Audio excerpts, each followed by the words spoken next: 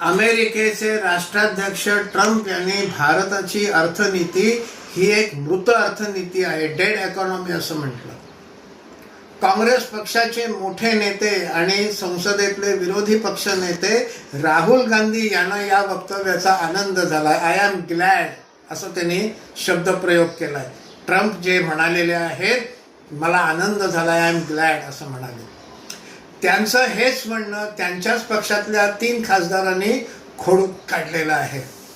शशी थरूर असं म्हणालेले आहेत की व्हॉट ट्रम्प सेज इज अनरिझनेबल, म्हणजे ट्रम्प म्हणाले ते योग्य नाही, अनरिझनेबल आहे, युक्तिसंगत नाही आहे. राजीव शुक्ला असं म्हणालेले आहेत की तो फिर ट्रम्प को गलत फहमी हो रही है. भारताचं अर्थकारण हे मृत अर्थकारण आहे जर ट्रम्प म्हणत असतील तर तो त्यांचा भ्रम आहे, गलत फहमी. राहुल गांधी मात्र ग्लॅड आहेत. आणि चिदंबरमने सुद्धा हे म्हटलंय की ट्रम्प यांना आंतरराष्ट्रीय डिप्लोमसी आणि इंटर गव्हर्नमेंटल इंटरॅक्शन्स मधले नियम कळत नाहीत.